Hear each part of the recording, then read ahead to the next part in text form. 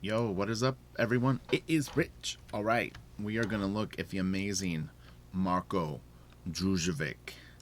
He's amazing. He is awesome. He's kind of mainly known as a cover artist.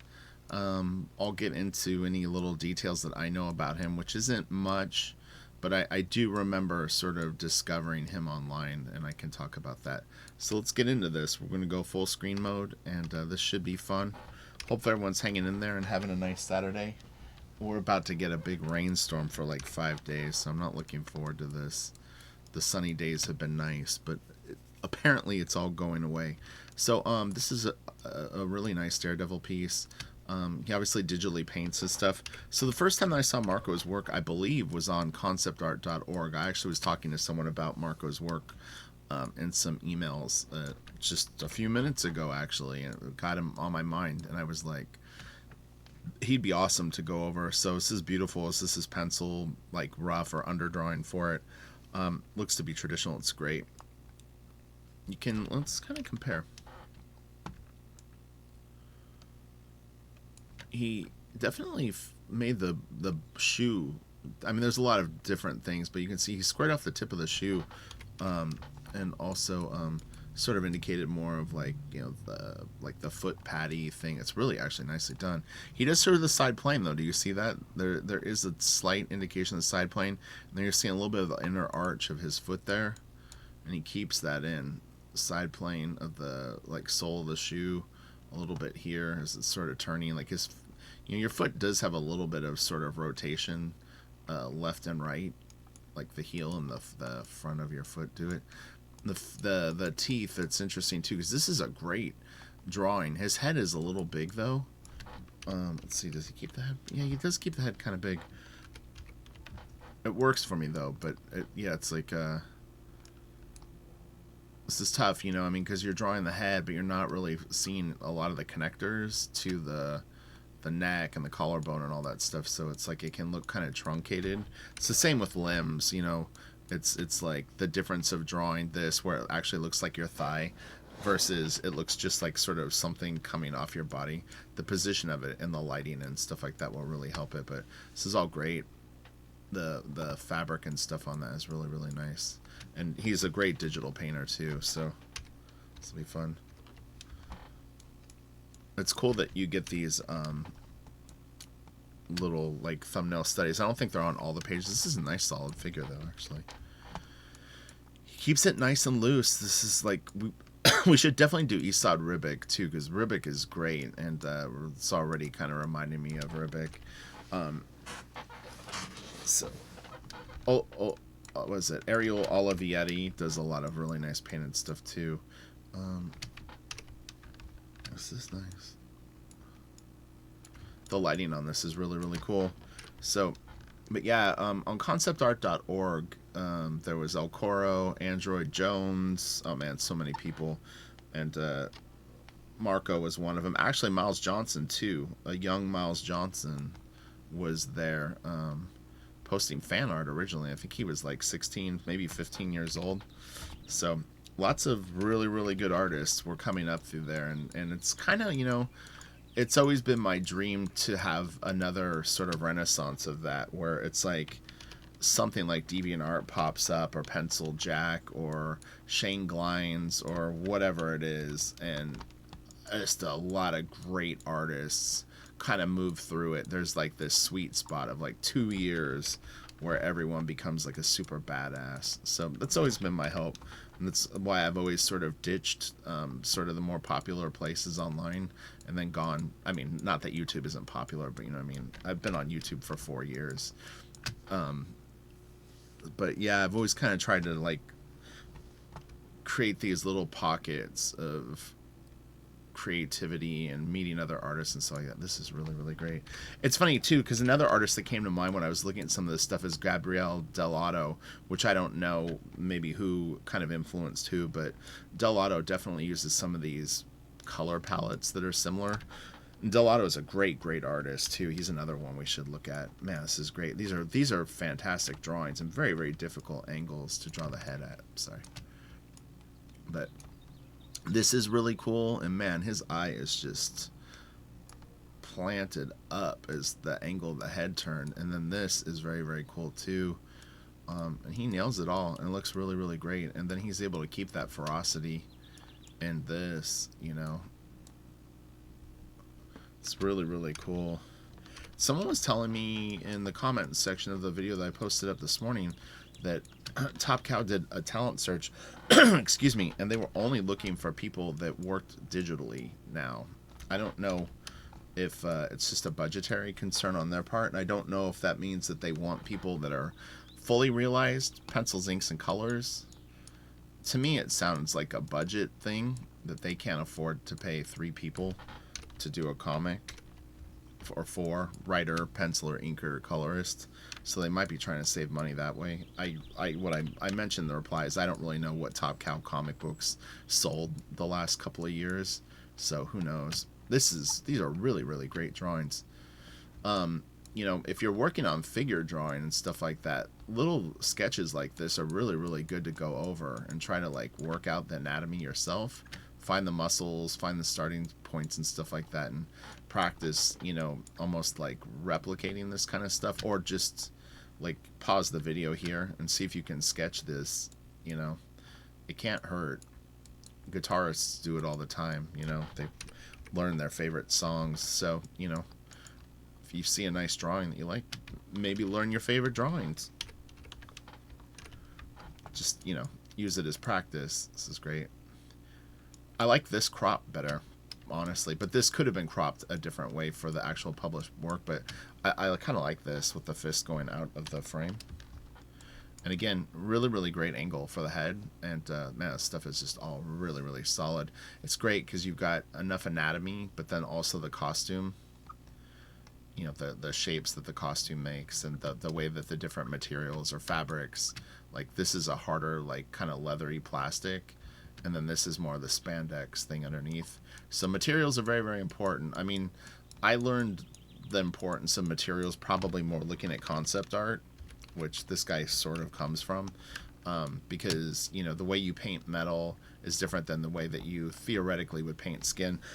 Although, you know, even on a piece like this, Hulk is very glowy. His skin doesn't really look much like skin. It looks like metal armor. So, you know, take it with a grain of salt. But in theory, texturally speaking, you would maybe want to have the armor have a different vibe than his flesh, and his teeth would have, you know, a different texture, and the leather would have a different texture. But when you draw traditionally, or, you know, even in Clip Studio, you kind of need to be mindful of that stuff. You know, the way that you render your leather belt versus the way that you put feathering on skin, you know, it's something worth considering, at least. This is good. Really, really cool. Love this. Shows the sort of the bone and then the muscles around it. This is all really, really cool. These are great. Man, he does big chunky guys really, really good. And that's nice too. That's cool. Again, these would be great little practices. It's funny, Michael Turner sort of draws arms like this. There's some drawings in the stuff that we looked at of Turner, and even I did a Superman Batman artist edition or gallery edition, and Turner sort of sets up his arm like that. Oh man, that's cool. Whew. Djurdjevic, to me, has always had a very unique palette. Like, the colors and the level of darkness that he keeps his pieces are pretty identifiable to him. This is all really nice. This is cool. I like the soft edges and the hard edges. Soft meaning this. You see how it's like a little soft?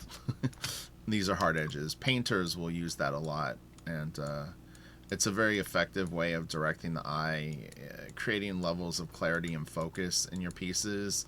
And then the stuff that's a little more fluffy, you know, and nondescript, you'll tend to kind of pass over faster, or it gives the illusion of motion. You know, you see that. It speeds the drawing up, and then where you get tighter, we'll slow it down because there's more detail and you will focus on it. Obviously, the lighting on this helps too. Sorry if I'm bouncing around too much. This is beautiful. It's a really great piece. Let's look at these little sketches first. This is going to be a good one, folks. I'm telling you. Please hit the like button. Please subscribe. Everyone subscribe that's watching these videos, I'm sure. But if you can, share a video of mine somewhere at some point. Let's build this channel up. I'm telling you, I see comic book channels, 400,000 subscribers. We can get there. We can do it together. I just have to post better content. I need an intro. So let's look at this. In a way, his materials are actually a little bit better on this. This doesn't, it's not as shiny as the other skin was. He's using the dodge tool or something similar to that to really pull these hot spots on this. On the other piece, he kind of had lit the Hulk much more bright, but this is a little bit more of an effective use of it. This is all really, really cool. Man, it looks like something's about to go down or did go down. I'll tell you what. That is epic. I like that crack in the sword is catching just a little bit of light. It's a nice touch. Yeah, it's really cool. Woohoo, look at that. Man, that is so cool. This is all really, really neat. It's got some magic. There's a little magic in there. It's nice, the light hitting him. So let's look at the planes. Side plane sticks out and protrudes. This. It's got a little bit of light hitting here and here. So it must be coming from... I like to kind of find the light source that they're indicating, if there is one. Sometimes it's just to make the face pop a little bit. I think in this case it's a little bit of like sort of fictional lighting. There'd be more light hitting his face here, but if the light was here, it wouldn't have this creepy feel. So he's just sort of directing your eye with this, but the way that these teeth are catching light, some of this would and some of this would, because they're all the same facing planes. If you understand what I'm saying, is like if these were little squares and boxes and stuff like this, there's no reason that some of this wouldn't be catching the light. This plane on the nose would be, but it's coming from a little bit above. But then this would be pretty hot too, and then this, because he's got this protruding, and probably a little bit of this would be catching the light. And there's no real other material. Sometimes in some of the other stuff we've looked at, when a light source is like this, they'll hit a little bit of the fabric with it, because this stuff is hanging out further than his chest and that. So told you, dude. Dudes and dudettes. This is really nice. Like if you've seen Tommy Lee Edwards when he does his Struzen-y sort of effect, he gets some stuff like this, and this is really, really nice. Man, that is so cool. Really nice contrast and color choices on that. Well, I'm debating what we're going to do, because this video is going to go way long, and I can't have it go that long. We may not go through all these images, because at the rate we're going, we'll never get through all this. So these were interesting. He sort of did these reinterpretations of the covers. The ones that we're going to see first are more, they deviate more from the original pieces, but in about two more, they're actually almost like reproductions or homages that are pretty direct. But this is really, really cool. I like this. You know, took an Ant-Man cover and then made it, you know, a little different. But watch as we move along. It'll come up in a sec. This is really cool. Thunderbolts. There's some nice notes and stuff like that. I mean, you can always sort of pause and sort of read the text if you are curious about what's going on. Or you can buy the book. This is cool. Man, this is a really cool looking character. A very intense moment. It's great.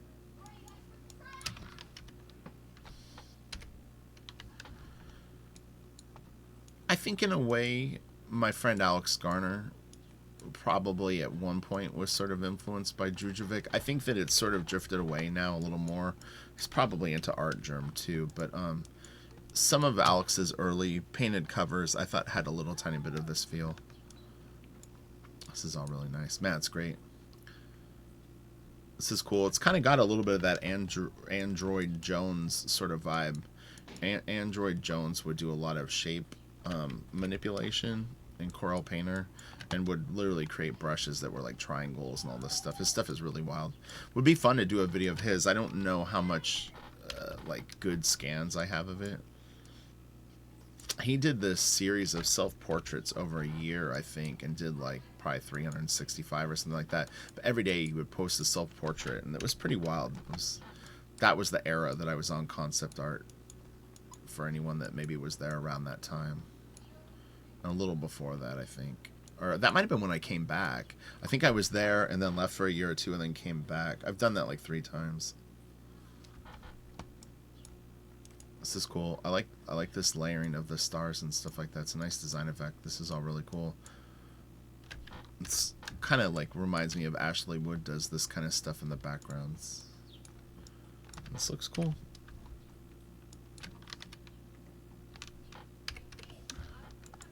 These are nice, man, and it's funny because it looks like the Daredevil stuff, you know, like that face. Looks like they all exist in the same world. This is great.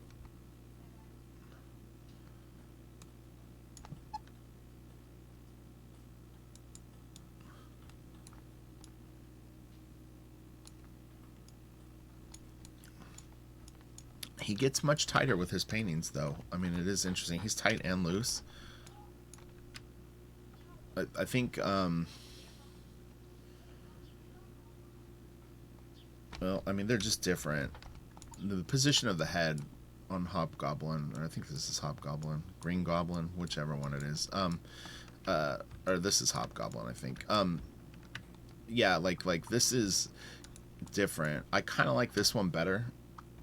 And even the gesture with the hand, it loses it a little bit in the darkness there, but like he's holding this stuff in a real creepy way, and this hand too has got a nice sort of like, it looks pretty evil.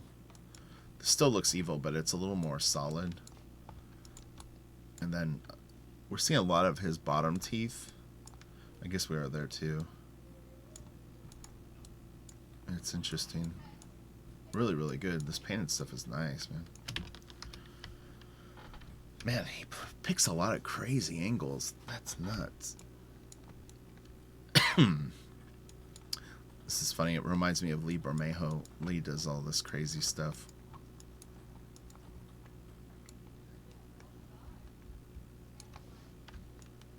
Okay, so let's hustle a little bit. This is nice. Look at that. That is a cool drawing. Damn. So I got the impression, sort of reading the back of the book, and I kind of remember this, but they sort of describe Marko as a troubled artist with a lot of self-doubt and stuff like that, and that he kind of thinks of himself as like a hack, and it's sort of why he sort of has popped in and out of sort of the industry a little bit, which is a shame. But I mean, it's not uncommon for artists to be very, very critical of their own work and to just not think it's good enough, you know. He might look at all this stuff and think it's super cringy, and you know, we look at it and just enjoy it for where it's at the moment. So hopefully he's doing well and is, you know, happy in producing art somewhere. I don't really know what he does right now. Yeah, this stuff reminds me of Garner a little bit. This is cool. Nice combination of styles. This is awesome. This is awesome. And this is awesome.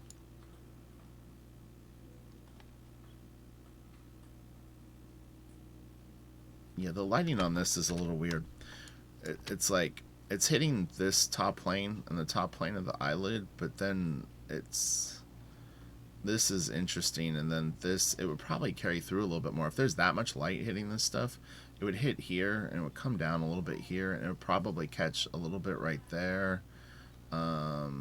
Possibly a little bit over here.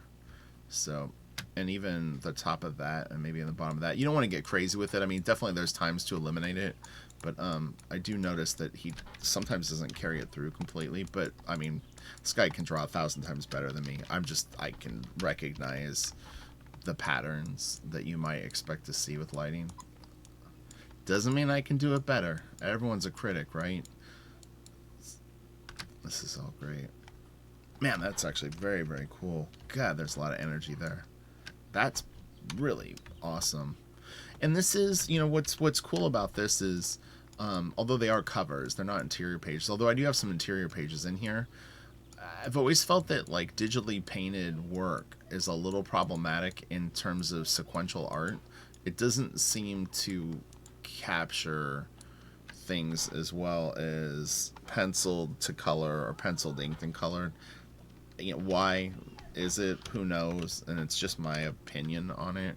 But there's a few people that I think that have done digitally painted work or concept arty type art and been able to do some sequential work. But it's definitely a different vibe. You know what it ends up is, it's almost like overwhelming. Like it's almost too much digital. I know digital artists, they freak out when they hear that because they don't want anyone to even say that or even recognize that that could be a potential issue, but it just kind of is. I think a lot of I've never really heard anyone overly refute it. I think Clayton Crane does some really good sequentials that are pretty much digitally painted, but he also picks titles that they fit well in. And I know that there's other examples, but I'm just saying that like I don't see why that it couldn't work. That's always been my thing, is that I want to believe that it can work because I love concept art and I love all the that style of thing. But when I've seen it in comic books, sometimes I'm not 100% sure that it completely works. Like Mr. Werewolf, like his stuff looks like comic book pages to me, but I think he's someone that's close to, he could probably do a comic book. I know Anthony Jones, Robot Pencil, he wants to do a comic book. I talked to him on the phone maybe 10 months ago for a while. I was saying that I would try to help him get comic work if he wanted to do it, because I've been a big fan of his. In fact, he's a big reason why I do YouTube, because I really enjoyed his channel. So if you've never checked out Robot Pencil, I would highly recommend it. And yeah, I mean, he was actually I loved his passion for not only learning but sharing the information. He didn't seem like he was overly paranoid about, like, you know, telling whatever secrets or, you know, techniques and stuff like that. And I think that that's cool because you know, a lot of artists are very, very worried about that. Because what does that mean? If someone else gets good, they might be better than you. And it's like, well, then raise your game, son, daughter. It's like, unless you're going to stay in one place forever, then what are you worried about? Just share what you know. Don't be a prick. And play it forward, right? And then everyone benefits. To me, and I've said this in other videos, I would rather have a ton of people that are really good in comics because it's going to make me be a better artist. Ultimately, at the end of the day, you know who I care about? I care about my art. I don't worry that much about what other people do, because at the end of the day, I have to look at myself in the mirror. I'm the one that needs to provide a living for myself based on my art. I'm the one that will need to either have good enough art to have it appeal to someone, or to, you know, if I want to work with someone else, have the art impressive enough to, you know, land that collaboration. So, you know, but yeah, to me, there's plenty of room for good stuff. In fact, it benefits everyone. So kudos to you, Anthony. I'll put a link to Anthony. And then another thing I actually wanted to plug in this video was Comic Book Palace. If you've never seen it, they were live streaming today. Comic Book Palace is, I think it's an internet show. If you've never seen it, it's basically a guy that has a comic book shop somewhere on the East Coast, I think. And it's just like a mom and pop shop. He's really funny, a little obnoxious. You know, he definitely says what's on his mind. And, you know, he's like the classic comic book store owner that would be like, oh, what do you think of, like, this book? And he'll be like, that book's a piece of crap. And you're like, dude, it's your store. Just, you want them to like it and they'll buy it. But anyway, they were live streaming, and I had commented a couple times during the live stream, and I said I would plug the show. They don't know me. I don't even think he knows who I am. But anyway, but I'll do it anyway, because it's actually, if you like him and you like the show and you like the concept of it, you will watch a whole bunch of them. So if you've never seen it and it ends up being something that you take a shine to, you'll be very, very happy to find it. I think there's probably like 20 or 30 episodes on YouTube. I think they're like 30 minutes, 40 minutes long. They're really funny though, but it's literally just them filming in a comic book shop in the middle of, like, I don't know if they're in Jersey or where they're at, but it's cool and it's fun, and they're big fans of comics. And it's agendaless, you know. It's just about the fun of comics. So, whoa, all right, that's cool. Man, that is really neat. So you'll have even more stuff to watch. I might actually watch a few tonight because I haven't seen it in a while. That is really nice. God, what a great drawing. I've said this before in a few of the videos recently. I think these crouching poses, they can be real tough to do and make them look nice. This is really, really good. This kind of stuff with the leg up. It's either something that you can get or use tricky, which probably goes for a lot of things in drawing, you know. Man, it's so nice. And you know you can paint the crap out of those. Wow, look at that. It's like Thor gets a little... Oh, my GL crashed. Thor gets a little wonky. Like, it's not bad, but there's... I think what it is when you turn your head this way, he stretched this maybe just the tiniest bit long. Let's see something here really quick. I don't know if this will work.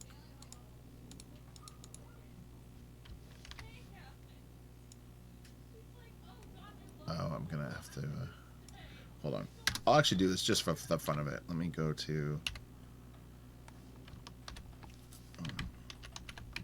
I'll do it with the Liquify Tool filter.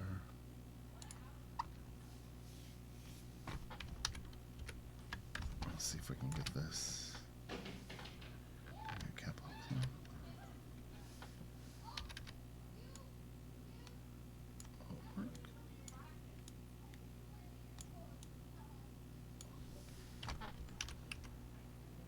Yeah, like it just needs to be just the tiniest bit smaller. Do you see how that helps it a little bit?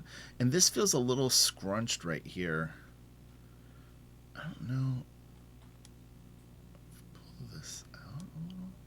I mean, it's not going to be a perfect resolution, but there's a lot, like, this is all locked in. Like, the eyes and the nose are right on point, and then this starts to drop just the tiniest bit. And this arm,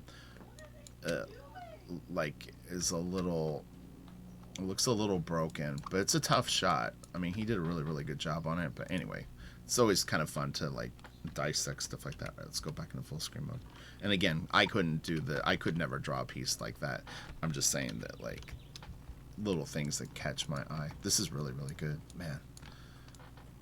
Love that little warm light hitting him from down here, catching all this stuff. It looks great. That's pretty feral. This is cool too, how the light's hitting Spidey.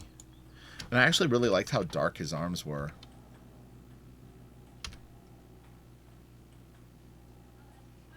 You know, this might have been an influence on Jay Lee and a lot of the covers that he did, you know, maybe 5 to 7 years after this.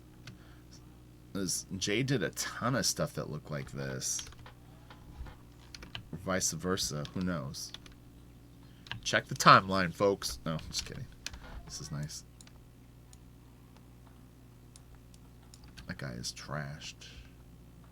This is cool. Yeah, it's nice that they do these sketches. Okay, we saw that.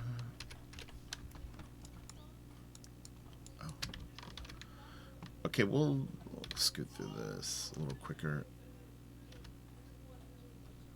Yeah, this looks like Lee. Lee Bermeo. This is funny. Like, what? Kind of... I don't know. The kid's a little too confrontational to me. It's got a little bit of, like it's like attitude. This is, it's tough because it's a front view and a side view, but I don't know. I thought this was interesting too because he kind of changed the like it's got a little more of the Coipel sort of head on it. Really nice, man. The painterly stuff that he does is good. What's that other guy's name? Orbic? Glenn Orbic? He's like a real good painted comic book guy. Oh, this is cool. But yeah, hopefully this was fun to listen to. And you maybe at least it gave you some food for thought. And again, these are just, it's just me sort of, my neighbors are being very loud. You know, just trying to like figure things out myself. So again, I might, oh, this is interesting. It's inked by Danny Mickey. Yeah, there was some interior pages that I saw that were inked by different people, and I definitely preferred seeing his work digitally painted, honestly. It didn't look bad inked, but I think this stuff is a little superior. These covers, this era of his covers were very identifiable. Yeah, these, I always liked these covers. They really like caught my eye. In fact, I didn't realize that they were him until I saw them in this book. This is cool. Again, he gets those nice, this stuff. He even put on a little texture. You see that? Give it a little tiny bit of a canvas look. This is quite a while ago. You could definitely do it more realistic now if you wanted to. Everything is pretty shiny here. This is nice. Cool skull. It's almost got Frazetta type proportions on these guys. You notice that? They look more like normal, no, not normal superheroes. Superheroes for the last like 30 years are bigger guys, but these guys all look like they're like 5'7", 5'6". Kind of the Frazetta proportions. Bigger head makes the body look smaller is generally what happens. Like this, it's like if you shrunk this guy's head down to like where sort of more contemporary artists do. Oh, darn it. Oh, let me just go back. Oh, no, not that. Transform. You know, it immediately starts to make the guy look way taller. But the bigger head, you know, that guy all immediately looks like he's like a big, tall, big guy. Same you could do with this. So when you draw big heads, you're going to make your characters look more squat. But it's, like I said, I'm a huge Frazetta fan, but this is kind of like what comic book artists do, you know. And immediately, these guys both look like they're 5'10", 6'1"-ish. But you get those big heads, and all of a sudden they turn into like little dudes. The more you know, yo.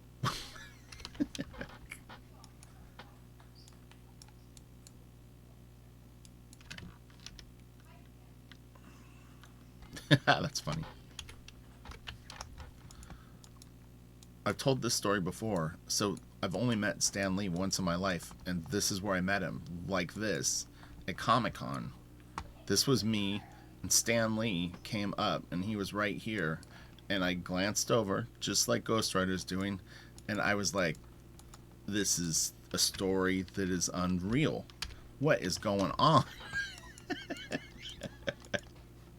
That is true. So you can, and Ghost Rider was actually my first comic book that I had as a kid.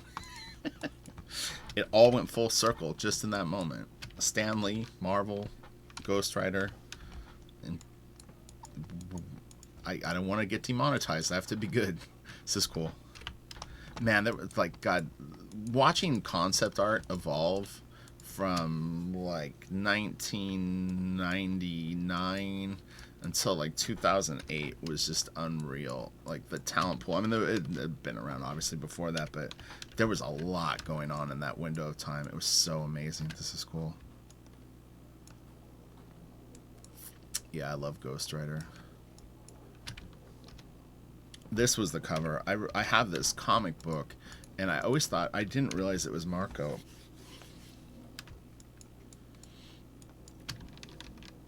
This is cool. Man, Ghost Rider is so awesome. That's funny. This is cool too. Wow.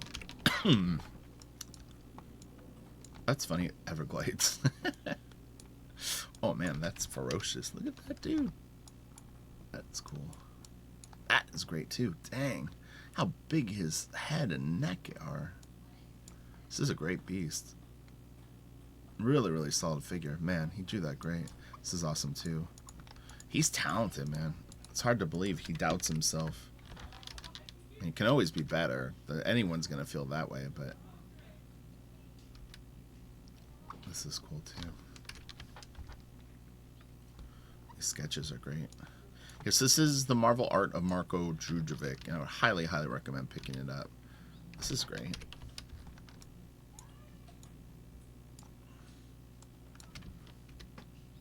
And then let's get to some of the... That's cool. Man, Ghost Rider's so awesome. This is nice, too.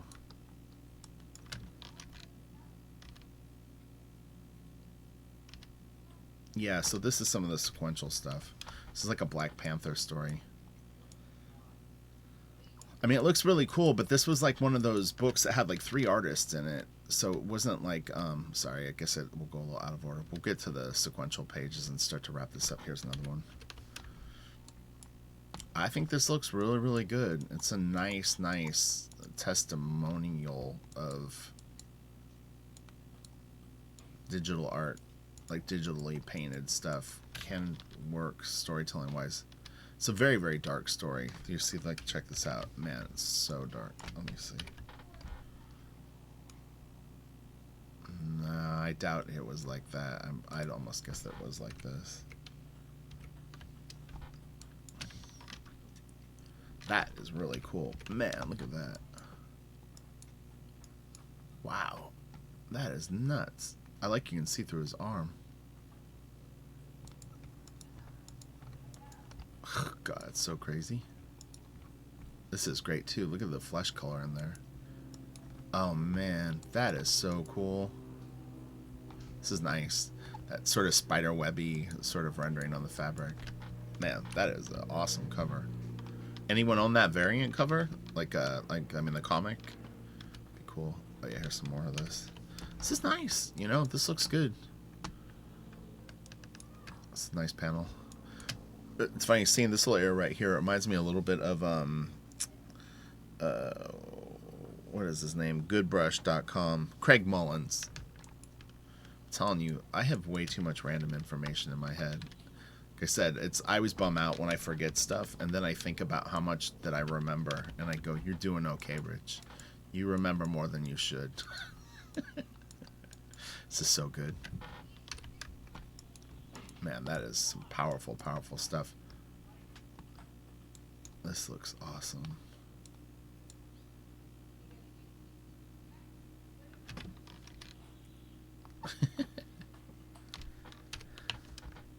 He looks a little blazed. What's going on? Why are his eyes so red? This is nice too. Okay, I think we're getting there. I think these are sort of the last few pieces. These aren't in the art of... This was a separate story. It's cool. That's nice too. Man. WW2, baby. These are cool sketches. Man. Yep. Yep. Yep. Nice and loose. Got a little bit of a Kent Williams sort of vibe, or John J. Muth. Just good drawings. That's Bianchi. It was funny because when I saw this, I thought it was maybe Djurdjevic painting over him, but I don't see his signature on it, but it looks different. And then, oh, okay, this is really cool. I think that there's a Gabriel Del Otto cover that also looked a little like Djurdjevic had maybe worked over it, but I don't know. This is nice. That's really, really good.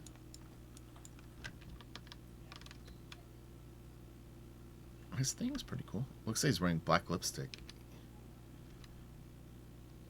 Oh, Finch. So, I mean, what do you think? Is this Djurdjevic over Finch? Or did Finch do the whole thing? I don't know. It's only signed by Finch, but...